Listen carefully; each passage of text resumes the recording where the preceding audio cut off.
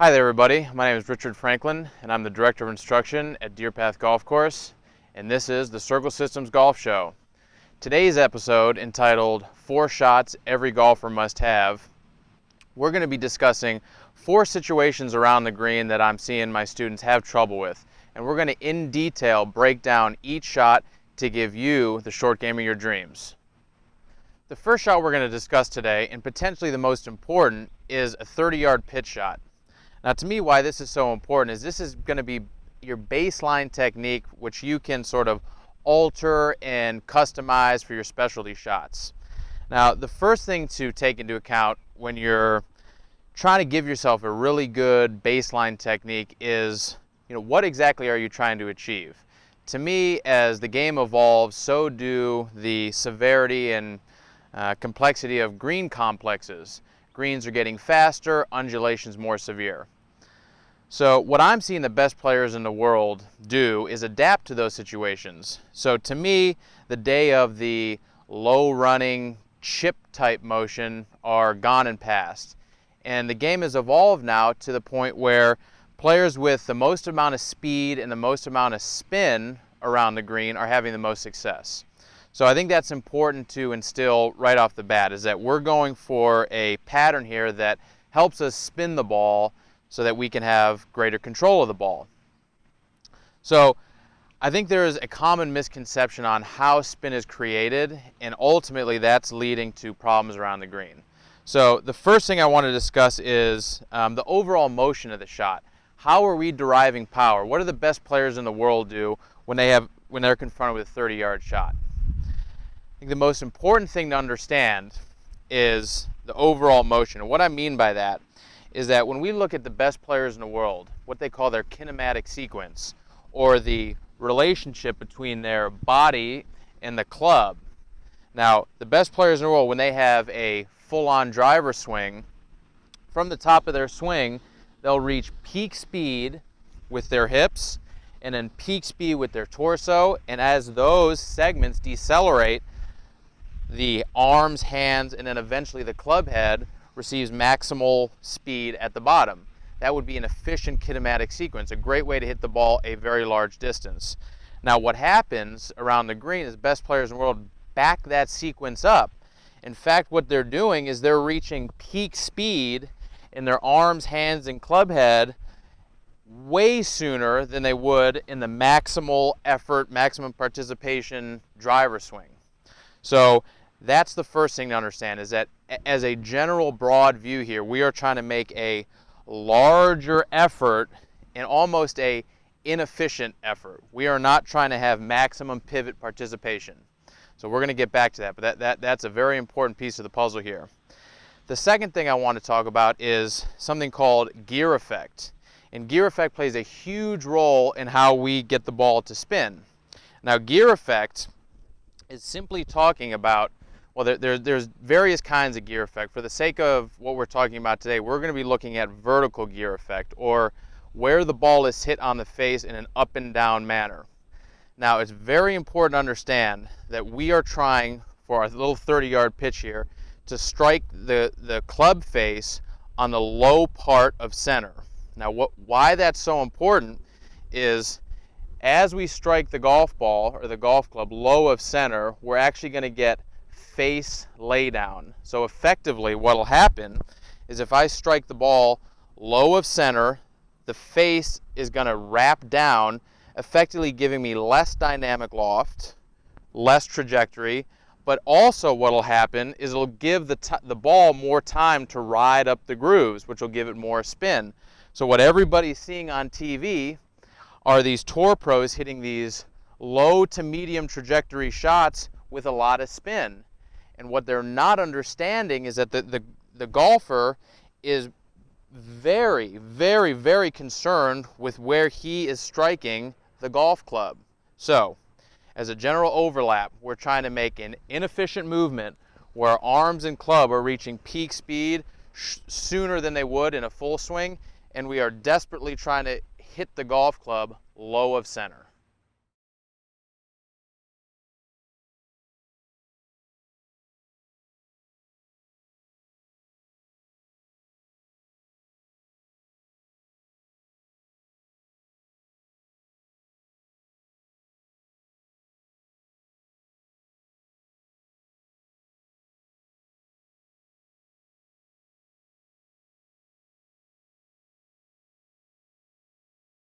The second shot we're going to discuss is a lob shot, or as I refer to it, a cut lob. So the important thing to understand when you're trying to have a high-pitched effort is really what you're trying to do. You're trying to hit a cut shot. So like I tell all my students, if you were to hit this exact shot with a 6-iron, it would produce an unrecognizable left to right slice. Right-handed golfer, that is. So the first thing we have to set up for that is the open club face. Now there's a couple ways to do that. To me, you got to do two things. You've got to, first and foremost, you've got to have the club open before you grip it, some degree.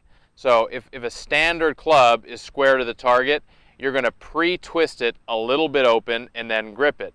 And then from there, I think depending on the severity of the height, you can go ahead and use your forearms to roll it even a little bit more open. So I think a little bit of those in tandem works the best way for getting yourself set up for an open-faced hit. The second piece, and really where people all go wrong with the lob shot, is how they get it set up. The important thing to note here is the influence of your club's path and the club's face as far as starting direction of the shot. Now this is really important. With the driver, the club face angle at impact, how open or closed the club face is, will create starting direction 85% of the time. 85% of starting direction coincides with face angle. With the cut lob shot, only 60% of face angle results in starting direction of the shot. So that means that 40% of the path of the club is going to influence starting direction. This is a really key point because as I step around to my plane board and a golf ball set up, how I'd want my students to set up to a cut shot, is you'll note a couple things. That I'm going to take my open club face that I have preset open with my forearms a little bit twisted open. I'm going to have this club face aimed right of the target. This is something that I see made a mistake all the time. Players set up to a lob shot with the face very square to the hole. And then what they'll end up doing is they'll know, okay, I've got to make some kind of cut shot across the ball. Well, like I was saying, that if you make a traditional cut swing with a face that's square, the path is going to make the ball go 40% to the left, and that ball is going to go left. And so I think what the player does is he reacts to that, and so they end up chronically swinging under the plane. Now, if you swing under the plane on a cut lob shot, you're toast. It's not going to work out the way you want it to. So understanding what influences starting direction here is a key part of getting better. So when you set up for the lob shot, you're going to have the face open relative to your target. You're going to have the path or the swing direction aimed just a little bit left, not as far left as you probably thought. And then from there, the key bit, I've got my trusty plane board here, would be to not swing anywhere underneath this board, would be to swing slightly left where you have it. The path is going to help shift that open face, and you're going to have a starting direction that's just perfect.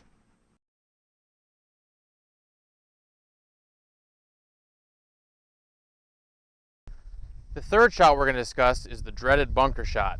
Now, the beauty of discussing the cut lob right before the bunker shot is that essentially all the pieces are the same. That when we're in the bunker, we want to be thinking about having an open club face and having a leftward swing direction. The most important thing to understand here is that when we're faced with a situation where we have to be precise in where our club hits the sand, that we want to be just a couple inches behind the ball, we don't want to be 6 inches, we don't want to be at the ball, that we have to control our swing direction. Very important to understand, just as the plane board showed us on the previous shot, would be that a swing direction that was traveling too far to the right is chaotic here. You're going to have the club entering the sand very prematurely, and you're going to struggle to have any kind of consistency. So the overbridging concept here is that at no point during your sand shot do you want to have any amount of side bending. That as your spine bends to the right, we saw in the first episode with the driver, a very useful tactic in creating a rightward and upward strike with the driver is the opposite of what we want here. So as you're making some practice bunker shots, important to understand this leftward swing direction totally absent of side bending to the right. It's everybody's first instinct to try to get that ball up and out of the bunker, and it's devastating. So the best tip I can give you is something that a good friend of mine, Brian Manzella, taught me a couple months ago, and it's absolutely brilliant when it comes to evaluating your practice in the bunker. And that is, you want to make a football-shaped divot. So when I see students come in here that are struggling with their bunker game, they're making kind of these very steep angle of attacks with a square club face, and they're hitting the sand with what I deem a volleyball divot, very round shape, very deep and very round. Now, when I say you want to make a football-shaped divot, when I come in here and make a pass into the sand, if I carved out the outline of that divot, it clearly has the shape of a football. And to me, that is the essence of a bunker shot, because what that shows us is that the club is hitting the sand with this little open peak first, and then it goes through the sand, and then it sort of rounds out, the whole flange goes through the sand. And if effectively you exit the sand with the face still open, you'll have that rounded out peak. So that's the last tip in the bunker, is with this leftward swing direction, very important that when you finish your shot, that you exit with an open club face.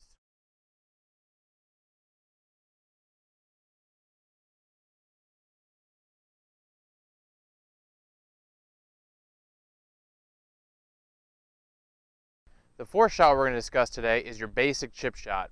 It's the shot that you would use when the situation calls for a ball that needs to get on the ground quickly and roll further than it has to carry. So when I'm in front of the green, faced with a situation, the first thing to understand is you don't have to use your 60-degree or even your sand wedge. Although a lot of good players do, I think for most of us it would be much easier to hit this shot with a pitching wedge or a gap wedge of 52-degree. So I'm going to go for a less lofted option, and I'm going to run you through a couple steps to make this shot very easy. So to me, the hardest thing about this shot, where people go wrong, is this overlearned sequence of events where guys are trying very hard to have their right wrist bent, to have this handle way in front, and that they've heard the worst thing they could do is have the club pass their hands, and that's a scoop.